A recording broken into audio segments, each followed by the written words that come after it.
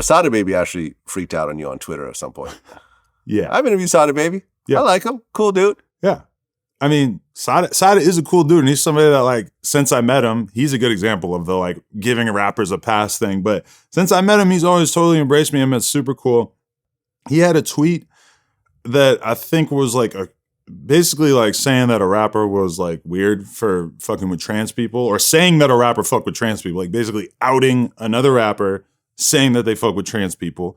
Somebody on my social media team. Wait. He named a specific rapper and said he fucks with trans people. Yeah. So who did he name? Well, it was Tyga. Okay. All right. I mean, there's been rumors about Tyga. Right. I'm not saying it's true or not. I'm not saying, I don't give a fuck. If Tyga wants to do whatever he wants to do, it's all good. Yeah. But Sada Baby had a tweet where he basically said something about Tyga fucking with trans people. Somebody on my social media team takes it, puts it up on Instagram. Sada Baby starts tweaking out on Twitter, and, like, I'm like, what are you mad about? Basically, like, what are you mad about? You tweeted this earlier today. This is not like an old tweet from 2014 that we're sort of recontextualizing. This is a tweet from relatively recently, or from today. And all that somebody did was screenshot and put it up, something that you actually said that obviously you probably knew was controversial enough that it was going to be a conversation. And he was so upset about it. And he was like, you should know better than to put something like that out there, knowing how the world is today. And I was thinking, like, yes, you I feel like you should be saying that to yourself. Like, you should have known that saying that would be that controversial, because, I mean, bro, there's been a lot of things about Sada Baby too that we kept on the DL. Like, we didn't publicize the Doughboy beef, right? Mm-hmm. We didn't say anything when he lost a finger. Like, we just, like, he lost a finger? Yeah, I mean, he fucking. I never even heard the story about how he lost it. I think he might have shot it off, or something happened to his finger. Okay. Like, you can see it. Like, I've just seen it in too many videos now that I'm 100% sure his finger's gone. And also, like, we definitely did interview shit. Like, we did an interview while I think his finger was gone, because he had, like, a weird cast over his whole hand and shit. We didn't even say anything about that, even though I feel like I was the first person in the media to notice this. You didn't know about it.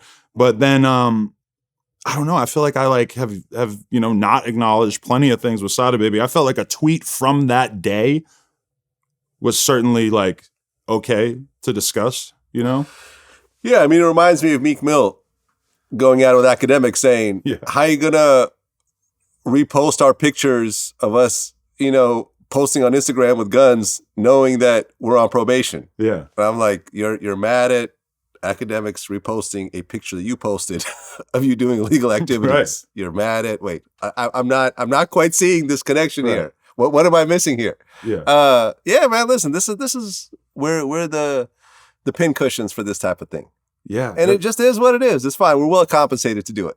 Yeah. I guess it's just like Sada, like he said on Twitter, he's like, I thought we were friends. And I'm like, I don't understand how you think that us being friends means that somebody on my social media team can't screenshot something you said that day and put it on Instagram. Like, that's just, you should expect that. You're a celebrity. You know that this is how this works. And I agree, it was an inflammatory comment, and I don't know if it's true, but, like, that really lies on you. And that tweet was up for hours. So it's not like it was like a 2-minute tweet and delete either. I mean, it was, I saw it when it was up for a couple hours. I mean, I realize that I just keep my distance from a lot of the people that I interview. Yeah. And because sometimes it does seem like we're friends and we're friendly and so forth. And then when we have to put up something negative, that person feels betrayed. Like, Soulja Boy went off on me over interviewing the guy who he shot. Right. And it's like, yo, man, we hung out. We drove in your Tesla. And I'm like, yeah, we did. That was 5 years ago. I haven't seen you since. Like, I appreciate the interview, but I mean, we're friendly. I don't consider us actual friends like that. But, but it ends up turning into this whole betrayal thing, this whatever thing. And it's like, let me just do my job and just kind of go forward. I had one like that semi-recently where they hit me up to interview this dude that is the dude from Memphis that Pooh Shiesty allegedly shot. No, the dude who Back in Blood was allegedly written about, where he's basically saying, like, who took that shit from you, come get it back in blood. There's, like, videos online that basically describe the situation where there's some other rappers in Memphis that he was beefing with, and that was what he was basically saying in that song, and then that song just happened to become ridiculously huge. And I guess there's evidence to, like, what actually happened and everything, but at one point, some people reached out to me wanting me to interview the dude because his hood did a remix of Back in Blood, put it on YouTube. It kept getting taken down. I'm sure there's like a re-upload. But they wanted me to do that interview, and I was holding on, waiting for the Pooh Shiesty interview because Pooh Shiesty had told me that when he came to LA, he was going to do it.